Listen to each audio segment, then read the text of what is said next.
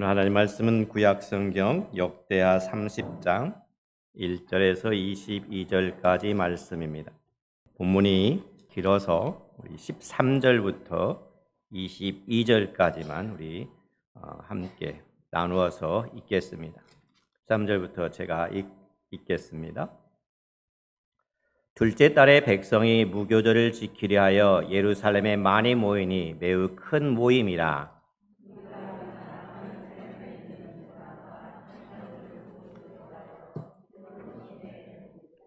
둘째 달 14째 날에 유월절 양을 잡으니 제사장과 레위 사람이 부끄러워하여 성결하게 하고 번제물을 가지고 여호와의 전에 이르러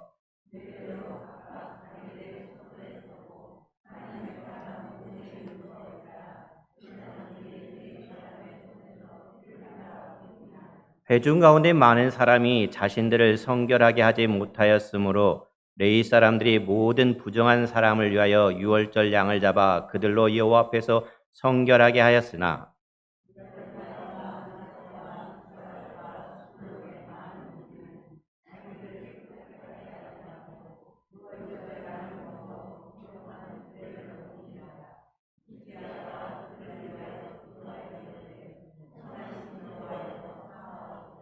결심하고 하나님 곧 그의 조상들의 하나님 여호와를 구하는 사람은 누구든지 비록 성소의 결례대로 스스로 깨끗하게 못하였을지라도 사옵소서 하였더니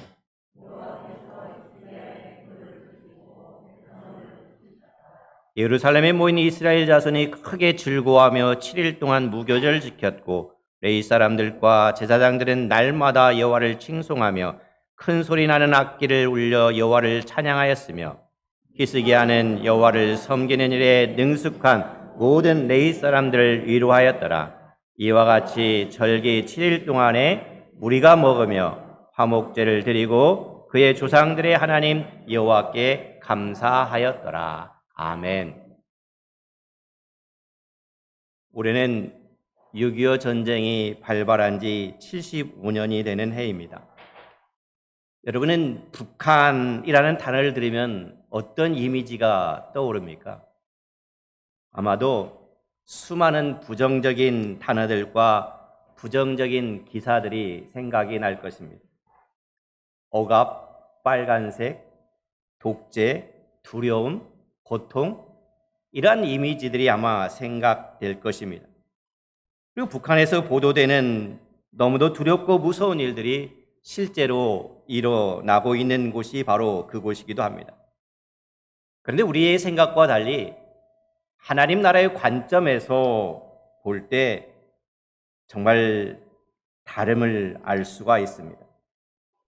소망이 없는, 희망이 없는 그러한 곳에 정말 작은 구름 한 조각의 희망이 있음을 보게 됩니다. 아마 하나님의 나라의 그 신문 헤드라인을 딱 보면은 아마 하나님의 나라는 소망 없는 것이 아니라 소망 있는 부흥하는 기사들로 가득 찰 것입니다. 멈춘 것 같아도 혼란스러운 것 같아도 하나님 나라는 아직도 흥왕하고 있음을 보게 됩니다. 우리들 자신은 어떻습니까?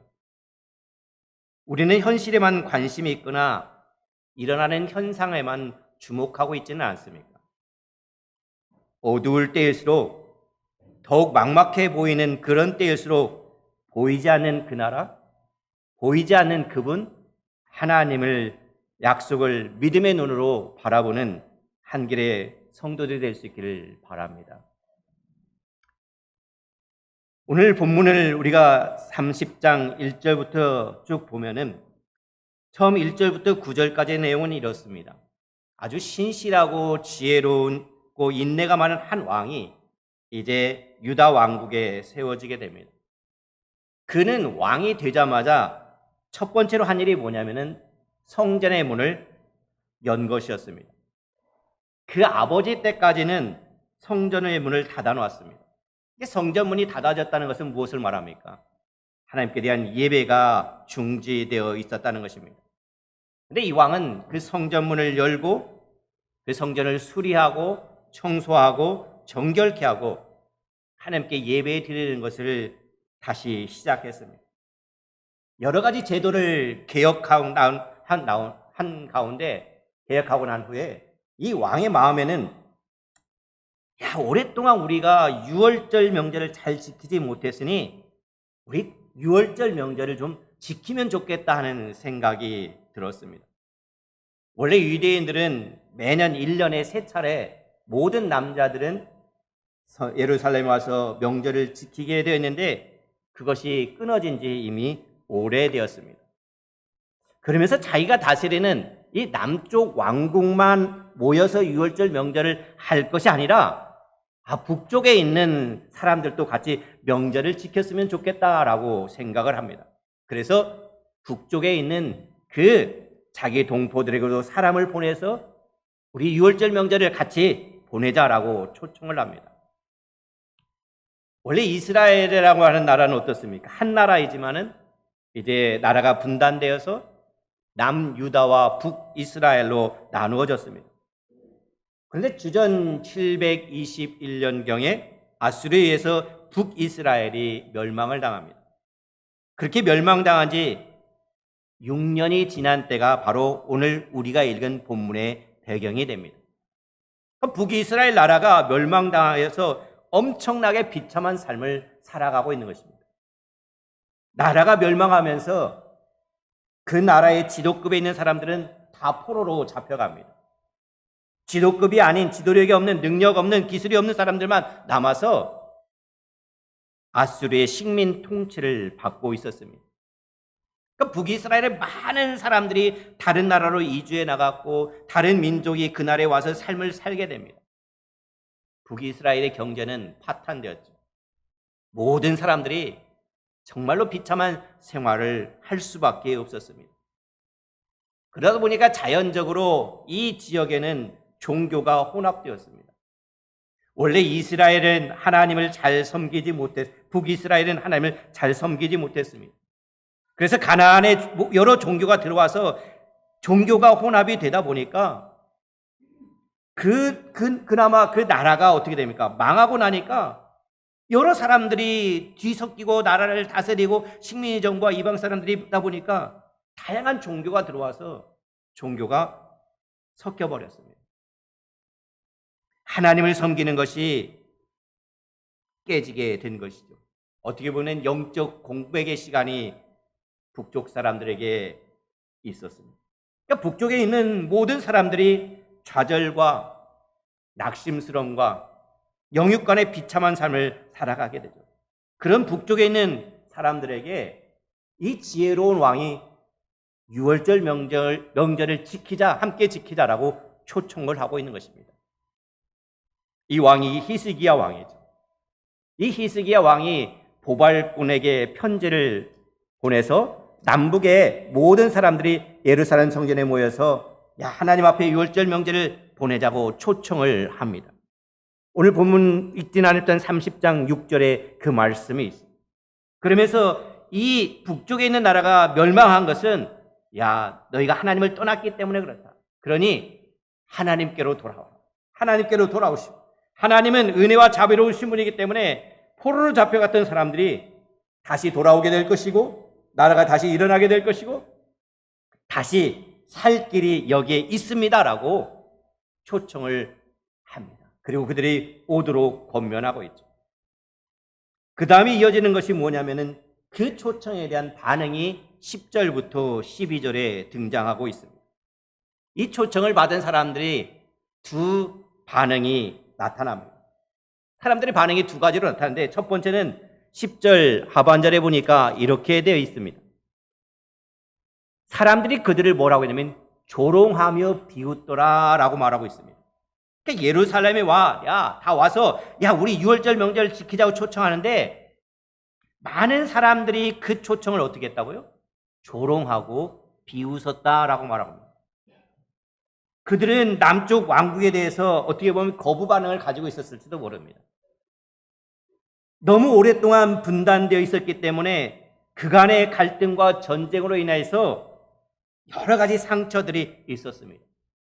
더군다나 북쪽에 있는 왕국은 이미 나라가 없어져 버렸고 그리고 남쪽에서 이제 초청을 하니까 아마 그들은 자존심이 상했을지도 모릅니다. 그러다 보니까 거부 반응이 굉장히 강했습니다.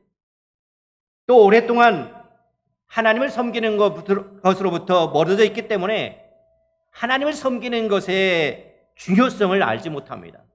그래서 하나님을 섬기는 신앙을 거부한 것이죠. 와서 함께 유월절 잔치를 베풀자라고 했는데 그들은 강하게 거부합니다. 조롱하고 비웃습니다. 두 번째 반응은 11절에 나옵니다. 11절에 보니까 이런 사람이 있습니다. 그러나 아셀과 므낫세와 스불론 중에 몇 사람이 스스로 겸손한 마음으로 예루살렘에 이르고, 그러니까 그렇게 조롱하고 비우는 사람들이 있는 반면에 또 다른 한편에서는 겸손한 마음으로 하나님께 돌아오는 몇 사람이 있었다라고 얘기를 해주고 있습니다. 북쪽 왕국은 오랫동안 하나님을 섬기지 않은 채 있었습니다. 가나안 종교를 섬기기도 하고 혹은 다른 이방 종교를 섬기기도 하고 여러 가지로 혼란한 가운데 있었습니다. 종교적으로 혼합적인 곳이었습니다. 굉장히 상황이 안 좋은 가운데서도 그 속에서도 하나님을 섬기는 신앙을 굳게 지킨 사람들이 소수라도 있었다는 것입니다. 성경에서 이런 사람들을 뭐라고 하냐면 남은 자라고 이야기를 하죠. 그 남은 자들의 수가 아주 소수가 있었다는 거죠. 여러분, 우리가 지금 남과 북으로 나누어져 있잖아요. 우리가 북한을 생각해 봐도 똑같은 현상이 벌어지고 있습니다. 북한에서는 기독교를 뭐합니까? 거부합니다.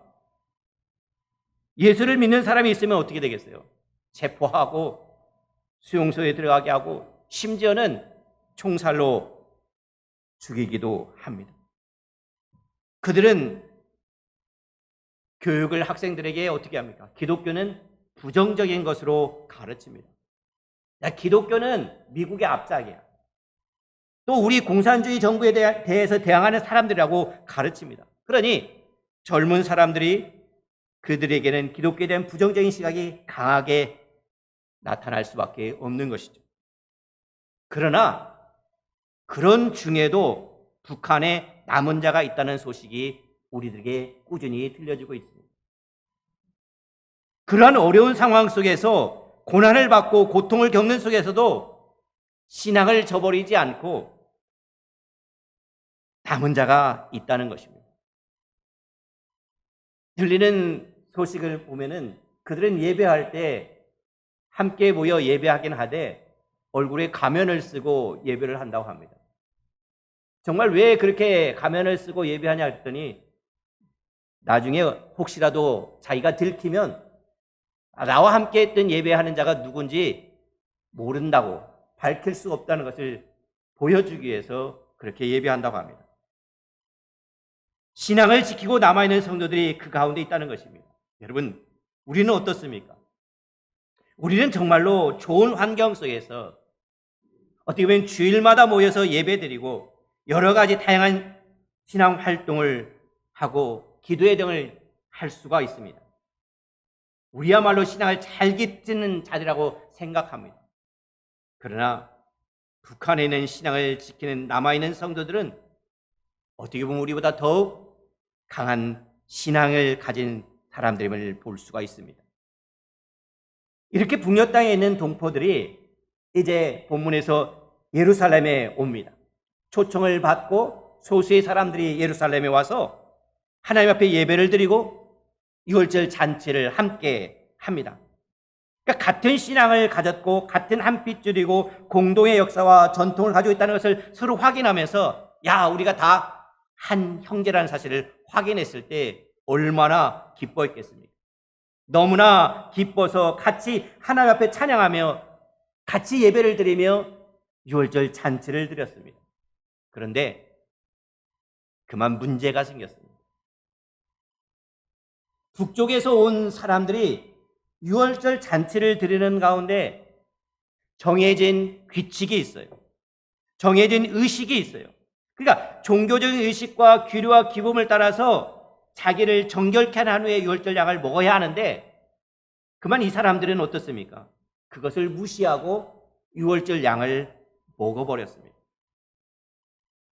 이들은 너무나 오랫동안 성전에 와본 적이 없기 때문에, 너무나 오랫동안 예배를 드리거나 명절을 지켜본 적이 없기 때문에 어떻게 해서 그 절차대로 규범을 따라야 될지를 몰랐다는 것입니다. 그런데 그들은 어땠습니까? 예배의 그 규범을 어겨버렸습니다. 어떻게 보면 이것은 정말 중요한 문제잖아요. 그런데 이 중대한 문제를 그만 소홀히 하고 그들은 유월절에 참여했습니다. 오랫동안 서로 떨어져 있었잖아요. 오랫동안 예배를 드려본 적이 없었기 때문에 의식과 규례의 절차를 어기게 된 것입니다.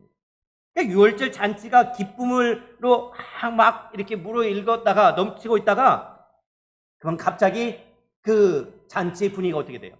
아주 냉랭하게 썰렁하게 싸늘해져 버렸습니다. 절차를 잘 지키지 못한 사람 때문에 그 유월절 잔치가 전체적으로 어렵게 되어버렸어요. 한쪽에서는 걱정하는 사람이 생겼습니다. 한쪽에서는 미워하는 사람이 생겼습니다. 여러 가지 오해가 생깁니다. 갈등이 생깁니다. 이렇게 어려운 문제가 발생했을 때 히스기야 왕은 무엇을 했습니까? 오늘 본문 읽은 말씀 18절 끝절에 보세요. 그 상황에서 히스기야가 한 일이 무엇입니까? 제가 한번 읽어드릴게요. 히스기야가 그들을 위하여 기도하여 이르되 선하신 여호와여 사하옵소서. 결심하고 하나님 곧 그의 조상들의 하나님 여호와를 구하는 사람은 누구든지 비록 성소의 결례대로 스스로 깨끗하게 못하였을지라도 사하옵소서 하였더니, 그러니까 종교적인 의식과 규례를 어겨서 문제가 복잡해졌는데 지혜로운 히스기야 왕은 이런 사태가 벌어졌을 때 어떻게 합니까? 히스기야는 북쪽에서 온 형제들의 순수한 믿음을 봤어요. 그들의 믿음을 보고, 야, 비록 의식이나 규례나 규범을 어겼지만 그들 속에는 순수한 믿음이 있다는 사실을 이 히스기야 왕은 보게 된 것이죠. 의식과 형식 너무나 중요하죠. 그것보다 더 본질적인 것이 뭐냐? 히스기야는 믿음이라는 것을 보았다는 것입니다. 믿음이 더욱 본질적이고 의식과 형식을 중요하긴 하나 그것은 부수적인 것이라는 것을 알게 된 것이죠. 그래서 히스기야는 그 사람들 속에 있는 순수한 믿음을 보고, 그래서 부수적인 규례와 규범을 어겼더라도 하나님 앞에, 하나님, 그들이 비록 제대로 된 의식을 갖추지 않고 예배를 드렸지만 그들을 뭐 해달라고 합니까? 용서해달라고 기도하고 있다는 것입니다. 왕은 그 백성들을 사랑하는 마음을 가졌어요. 그 백성들을 이해했어요. 그 백성들을 중요하게 생각했다는 것이잖아요. 여러분, 어떻게 하나가 된다는 것은, 이렇게 하나가 된다는 것은 히스기야 왕이 그들의 백성을 사랑하는 마음이 없었다면 불가능한 것입니다. 그들을 이해하지 못했다고 하면 불가능한 것이죠. 때에 따라서 아주 작은 지역적인 그 문제 때문에, 차이 때문에 문제가 발생할 수도 있지만은, 그러나 그 지역적인 차이를 자꾸 따지다 보면은 어떻게 되겠어요? 문제는 더욱더 깊은 수렁으로 빠져들 수가 있고 복잡해지고 가장 본질적인 게 무엇인가를 찾을 수가 없는 것이죠. 그러니까 그 본질적인 것들이 바로 살아있고 바로 맞다면은 받아들일 수 있어야 된다는 것이죠. 아주 지역적인 문제라 할지라도. 왕이 그렇게 이해했어요. 그들의 믿음을 보고 하나님 앞에 기도했다는 것입니다. 왕이 이렇게 사랑으로 이해하고 받아들이고 하나님 앞에 용서해달라고 기도하니까 은혜와 자비 하나님께서 그 기도를 들으셨습니다. 그리고 그들을 어떻게 했습니까? 용서해 주셨어요. 근심하는 여러 사람들이 다 치유됐잖아요. 그들의 마음 가운데 분노나 미움이나 갈등을 하나님께서 치유하셨습니다. 하나님께서 다 치유하시니까 예루살렘에 모인 이스라엘 자손이 어떻게 합니까? 21절에 보니까 예루살렘에 모인 이스라엘 자손이 크게 즐거워하였다라고 말합니다. 다시 잔치가 기쁨으로 넘치게 됐고 남쪽과 북쪽에서 모인 사람들이 다 하나님 앞에 엎드리며 기뻐하며 찬양하는 일이 일어나게 됐다는 것입니다. 하나님 앞에서 한 형제라는 것을 발견하고 확인하는 그러한 시간이 됐습니다. 그 가운데서 기쁨이 넘치게 된 것입니다. 여러분, 정치적으로, 군사적으로, 경제적으로든지 하나로 만들고자 했을 때는 어떻게 보면 외형상으로는 만들 수가 있겠죠. 그러나 외형상으로 하나를 만들었다고 해서 진심에서부터 하나가 되는 것은 쉽지가 않습니다. 전 세계 여러 나라들이 분단되어 있다가 통일된 나라들을 생각해 보십시오. 어떻게 보면 통일이 되었지만 그러나 그 속에도 많은 갈등들이 있는 것을 알게 됩니다. 마음에서부터 하나 되기 어렵다는 것은 어렵다는 말씀이죠. 그러니까 어떻게 하면 진심에서부터 그러면 하나가 될 수 있을까요? 성경은 우리에게 가르쳐 주기를 주 안에서 하나가 될 수 있다는 것을 우리들에게 가르쳐 주고 있는 것입니다. 주 안에서 하나가 될 수 있다는 것입니다. 정치적인 건 경제적인 수단이 아닌 주 안에서 하나가 될 때 진정한 하나가 될 수가 있고 진심에서부터 하나가 될 수 있다는 사실을 우리에게 가르쳐 주고 있는 것입니다. 여러분, 우리가 너무나 오랫동안 분단되어 있었습니다. 오랫동안 서로 갈라져 있으면서 여러 가지 많은 갈등과 어려움을 우리가 겪고 있습니다. 많은 상처를 우리가 갖고 있고 감정의 골이 깊어져 있습니다. 우리가 정신적, 정서적으로 온전히 하나 되기 위해서 계속해서 우리가 기도하고 인내하면서 기다리고 노력을 기울여야 될 것입니다. 하나님께서 하나 되게 하실 것을 바라보면서 주 안에서 만나 주 안에서 하나 되어 주 안에서 하나님 앞에 기뻐할 수 있도록 우리가 기도하고 힘쓰는 우리가 될 수 있기를 바라는 것입니다.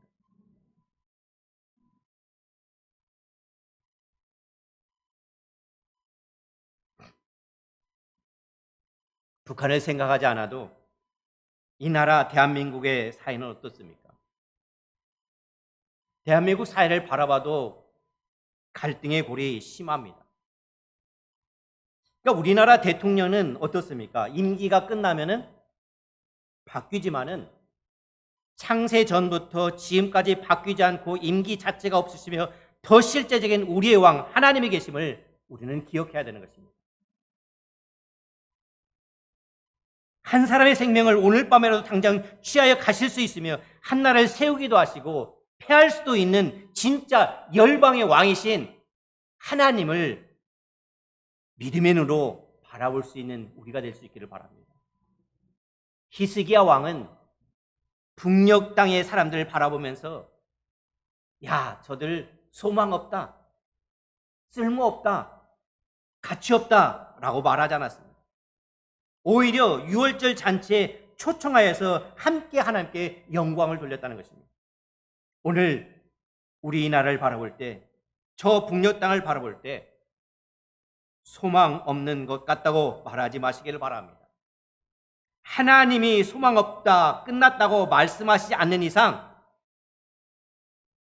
그 땅은 끝난 것이 아닙니다. 소망 없는 것이 아닙니다. 하나님은 이 땅에 교회들을 많이 세웠습니다. 어려운 시대에 교회들이 무슨 역할을 하느냐? 교회에 이제 쇠퇴했다, 희망 없다, 소망 없다 라고 말하는 사람들이 많습니다. 그러나 소망 없는 것이 아닙니다. 하나님이 이 대한민국 한국교회를 우리가 포기하지 않는 이상 하나님은 절대로 포기하지 아니하신 분이십니다. 하나님 함부로 이 땅에 소망 없다 말하지 마시기를 바랍니다. 교회는 우리가 세운 게 아닙니다. 주님이 세우신 나라입니다. 내가 함부로 망했다, 소망 없다 말하지 마시기를 바랍니다. 목숨은 붙어 있으나 더 이상 살 가망이 보이지 않는 것 같은 이때라도 주님, 모든 자들이 죽음 앞이 아니라 소망 없는 다른 곳에 엎드려지는 것이 아니라 우리의 유일한 소망 되시는 하나님 앞에 엎어지는 은혜가 우리에게 있게 해달라고 간절히 기도하는 우리가 될 수 있기를 바랍니다. 교회는요, 어두울 때나 밝을 때나 항상 이기는 교회였습니다. 기독교 안에 숫자나 통계가 줄어든 것이 기독교의 쇠퇴나 몰락을 증명하는 것이 결코 아닙니다. 반대로 기독교인의 숫자나 통계가 늘어났다는 것이 기독교의 부흥을 이야기하는 것도 아닙니다. 숫자나 통계가 아예 무관하다고 말할 수는 없지만은 그것으로 우리가 안심하거나, 야, 사람들이 많이 모였다, 안심하거나, 사람이 적게 모였다, 불안해할 필요가 없다는 것입니다. 교회는요, 무너지지 않습니다. 하나님은 죽지 않으셨고 살아계신 하나님이십니다. 우리가 자유롭게 복음을 외칠 수 있는 나라이든지 그렇지 않은 나라이든지 상관없습니다. 어두울 땐 어두워서 자라날 것이고 밝을 땐 밝아서 자라날 것입니다. 주님의 나라는 사람에 의해 좌지우지되지 않고 생명력 있게 확장하고 있음을 우리는 믿는 것입니다. 저 로마 제국의 거대한 악재 속에서도 교회는 오히려 성장했습니다. 사도행전의 핍박이 심하면 심할수록 교회는 더 성장했습니다. 어둡고 소망이 없다고 말하는 저 북녘 땅에도 여러분, 우리가 부끄럽게 해야 될 만큼 교회는 성장하고 있다는 것입니다. 드러내놓고 말하지는 않지만은 여전히 남은 자들이 있는 것입니다. 그러므로 보이는 것으로, 정권으로, 정책으로 무너뜨리려고 별짓을 다하고 우리를 잡아 예수 그리스도의 교회는 그럴수록 어떻게 되겠습니까? 사라지는 것이 아니라 더욱더 번져나갈 것입니다. 여러분, 여기 우리는 함께 예배드리지만은 정치 색깔은 다 다를 수가 있습니다. 우리 얼굴 다 다른 만큼이나 다 다른 견해를 가지고 있습니다. 그러나 여러분 기억하십시오. 우리는 그리스도인이라는 것을 기억하시기를 바랍니다. 보수에도 크리스찬이 있고 진보에도 크리스찬이 있습니다. 우리는 우리를 이곳 가운데 태어나게 하신 우리 조국 대한민국을 사랑하시는 주님의 마음을 품고 나의 뜻이 아니라 하나님의 뜻을 기억하고 하나님의 뜻을 찾는 우리가 될 수 있기를 바랍니다. 나의 뜻이 아니라 좁아터진 내 생각과 짧은 지식과 판단으로 내 뜻을, 주님, 내 뜻대로 이렇게 이루어 주십시오. 내 마음에 맞는 사람대로 이루어 주십시오. 그게 아니라 하나님의 뜻을 이루어 달라고 기도하는 우리가 될 수 있기를 바랍니다. 그런데 보십시오. 함께 6월절 잔치 함께 6월절 잔치에 참여하잖아요. 하나님은 어떻게 보면 대한민국만의 하나님은 아니십니다. 하나님은 어느 정당의 하나님이 아니십니다. 하나님은 어느 민족만의 신이 아니십니다. 여러분, 걱정도 하지 마시기를 바랍니다.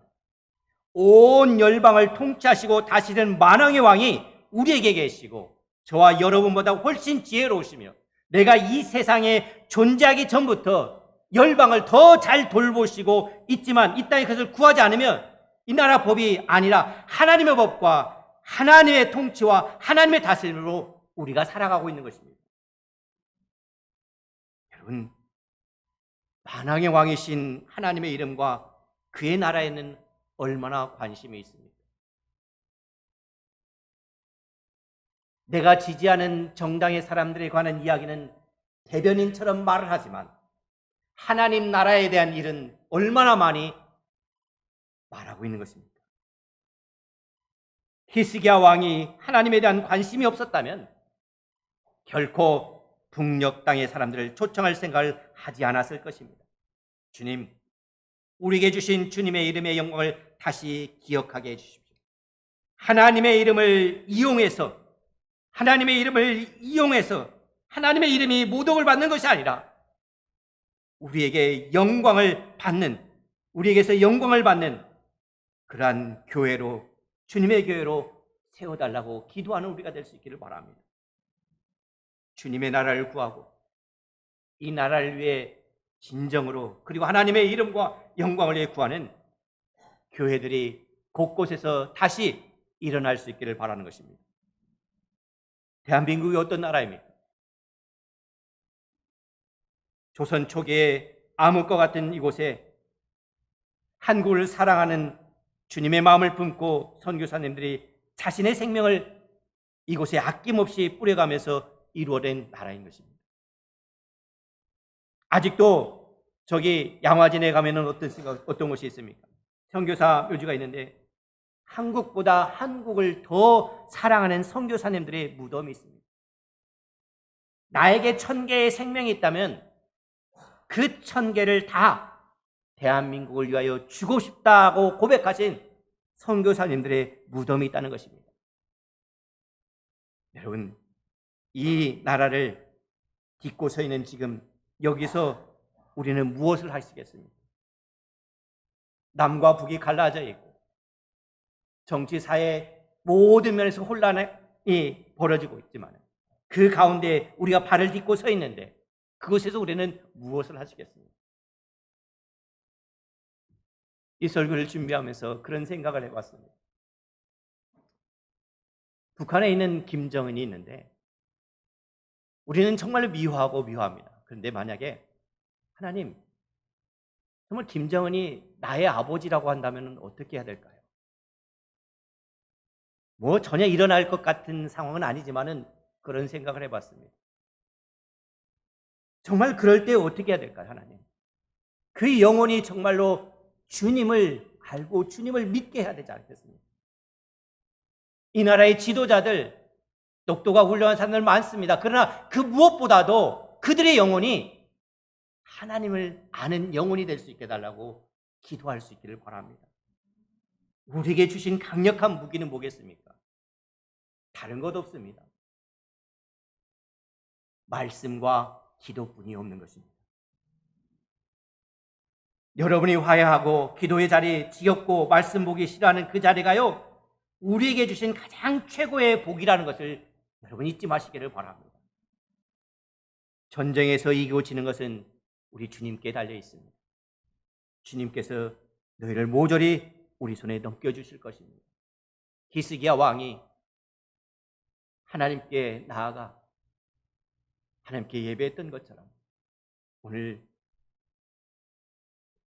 이 대한민국의 현실을 바라보면서 남과 북으로 갈라진 현실을 바라보면서 한결교회 모든 성도들이 그들도 마음에 품고 하나님의 마음으로 품고 함께 예배드리는 날이 속히 올 수 있게 해달라고 하나님 앞에 간절히 기도하는 한길의 성도들이 될 수 있기를 간절히 소망합니다. 기도하겠습니다. 사랑의 아버지 하나님, 감사합니다. 히스기야 왕은 그래도 자기의 형제라고 북녘의 땅에 있는 사람들을 유월절 잔치에 초대했습니다. 함께 예배드리는데 여러 가지 문제들이 생겼을지라도 하나님께 용서를 구하고 함께 기쁨의 잔치를 베풀었습니다. 하나님, 오늘 우리들은 어떻습니까? 내 마음에 맞지 않는다고, 내 생각과 다르다고 정죄하고 멀리했던 것들을 용서하여 주시옵소서. 하나님의 마음을 갖게 하여 주시옵고 하나님의 마음을 품게 하여 주시옵소서. 하나님께서는 그 영혼도 사랑하심을 우리가 기억하게 하시고 그들도 하나님의 잔치자리에 초청할 수 있도록 우리에게 은혜를 허락하여 주시옵소서. 하나님께 모든 영광 돌려드리며 우리 주 예수 그리스도 이름으로 기도하였습니다. 아멘. 우리를 보호하심으로 지켜주시고 사랑으로 돌보시는 아버지 하나님의 은총과 용서하시고 사랑으로 감싸주시고 붙잡아 주시는 좋으신 예수 그리스도의 은혜와 예수님의 말씀을 기억나게 하시고 말하게 하시는 성령의 감화 감동 교제 역사하심이 오늘 또 하나님의 말씀을 듣고 그 마음에 감동된 대로 살기로 결단하고 결심하는 모든 성도들과 그들의 가정과 그들의 사업터 위에 지금부터 영원히 함께 하시기를 우리 구주 예수 그리스도의 이름으로 간절히 축원하옵나이다. 아멘.